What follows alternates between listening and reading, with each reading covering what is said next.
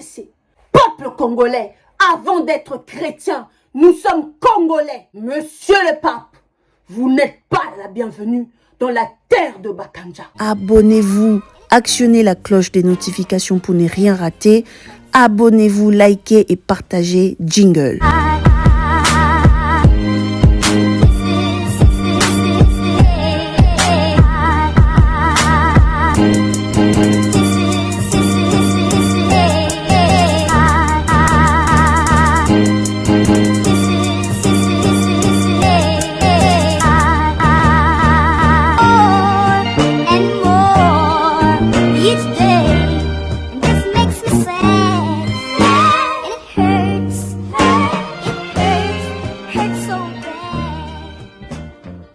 Bonjour, je m'appelle Jenny Fouti. Je suis Mungala, Mouswahili, une partie Moulouba. Je suis Bena Congo, Moukongo, je le dis, je l'assume et je le proclame. Tout d'abord, j'aimerais que toute personne qui va suivre cette vidéo comprenne que ce message n'est pas fait pour manquer du respect aux catholiques. Et surtout pas à leur guide spirituel, le pape. Je veux juste faire comprendre que mon pays n'est plus un territoire à coloniser. Alors, monsieur le pape, votre Vatican avait laissé un passé amer dans la vie des Congolais. Et ça, notre génération consciente ne vous pardonneront jamais. Alors, laissez-moi vous rappeler l'histoire du Vatican dans nos terres. Car une partie des Congolais catholiques semble oublier que c'est vous, l'Église, qui avez donné votre aval aux colons barbares, criminels, racistes, inhumains, suprémacistes, Ku Klux Klan, à venir coloniser les Africains. Car c'est vous, le Vatican, qui avez confirmé que les Noirs n'avaient pas d'âme, qui pouvaient être apprivoisés comme les animaux. Non, l'Africain n'est pas un animal. L'Africain n'est pas descendant de l'homme de Cro-Magnon, car les Africains sont des descendants de l'Homo sapiens sapiens.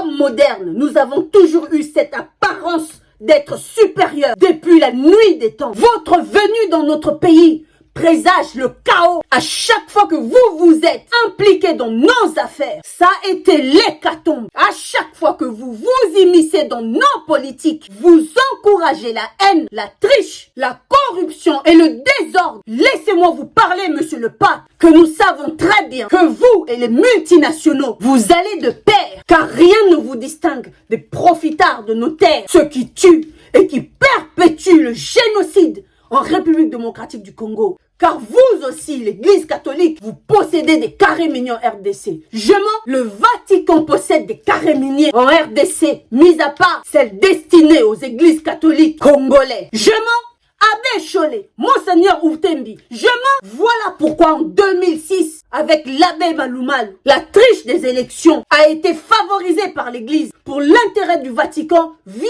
les Américains. Sous vos directives, monsieur le pape, 2011, le cardinal Echaou conteste la triche. 2 mois plus tard, il clame, il rend l'âme, il meurt. Pourquoi? Je mens. 2018, les États-Unis, pour l'intérêt du Vatican, impose le silence à Monseigneur Mosengo. Je mens. L'abbé Cholé, sur les élections pour l'Église catholique, a placé sur toute l'étendue de la République démocratique du Congo des observateurs. La Cinco déclare que les résultats proclamés étaient fausses et réclame haut et fort la vérité des urnes. Alors comment pouvez-vous expliquer que vous, monsieur le pape, soi-disant le représentant de la justice, dont le concept de la religion chrétienne, vous voulez venir dans un pays dont l'État a été installé par la fraude, dans un État injuste, vous, monsieur le pape, représentant de la justice, ne pensez-vous pas que votre venue symbolisera la légitimité d'un pouvoir frauduleux,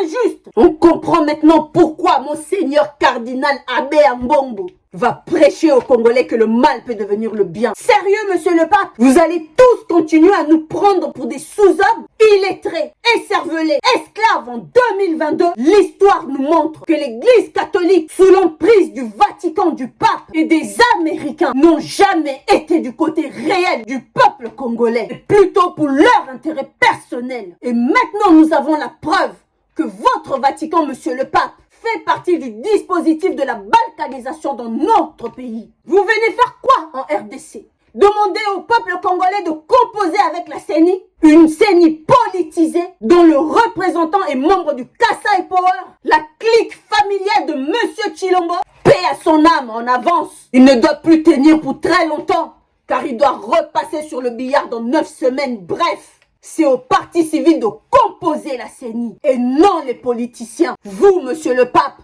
monsieur le juste, vous venez nous faire avaler la pilule d'un pouvoir injuste, un pouvoir corrompu de l'achat et de violation des consciences. Que venez-vous faire dans un pays où l'État a été installé frauduleusement? Un État injuste, monsieur le juste, monsieur le pape. Car ce même pouvoir injuste ont profané les monuments et les églises catholiques dans toute l'étendue de la RDC sans être condamnés par le pouvoir injuste de la fraude. Qu'allez-vous faire à Goma, monsieur le pape, dans une zone sous état de siège? Une zone siégée par des militaires, des rebelles, des génocidaires, violeurs, condamnés dans le cadre du rapport mapping.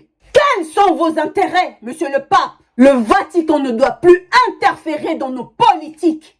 Arrêtez de prétendre vouloir la paix dans le monde. Si en RDC vous avez, comme tous les États sanguinaires, installé votre ambassade, oui, le Vatican aussi a un représentant, un ambassadeur installé au Nonce apostolique qui traite les affaires concernant les intérêts du Vatican. Peuple congolais, avant d'être chrétien, nous sommes Congolais. Rappelez-vous toujours de ce qu'a dit le roi Léopold II aux missionnaires du Vatican, qu'il ne venait pas nous apprendre Dieu, car nous les Congolais, nous le connaissons déjà. Et qu'on l'appelle Nzambianpungu, Nzambi Maweja, Nzakomba, alors le Vatican, à part son histoire sanglante sur notre peuple, collectionne les meurtres, les assassinats, les amputations, les viols, le pillage, l'esclavage du peuple congolais. Pour leur intérêt personnel, le Vatican nous apportera jamais la solution. Le pape ne vient pas pour contredire Oulembi, mais plutôt pour nous dire de composer avec la CENI, politisé, tricheur, qui a signé de garantir les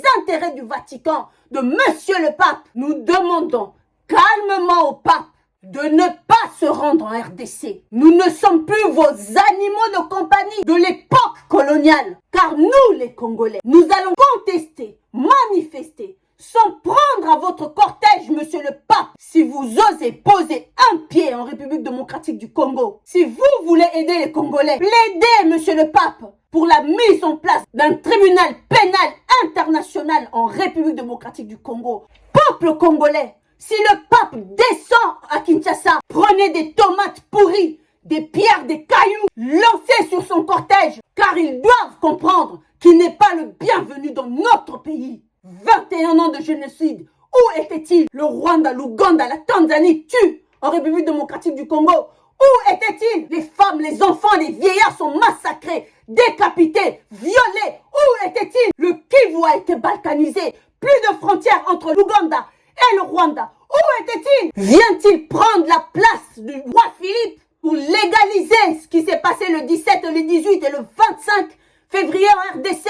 Vient-il donner son approbation pour la balkanisation du Congo? Vient-il pour permettre à Tshilombo le glissement en 2023? Ou vient-il pour valider la CENI et la triche en 2023? Alors, monsieur le pape, les Congolais refusent votre venue sur la terre de Kimbangu, la terre que vos pères ont souillée. Les Congolais refusent votre arrivée dans nos terres en ce moment où le peuple congolais est en deuil perpétuellement.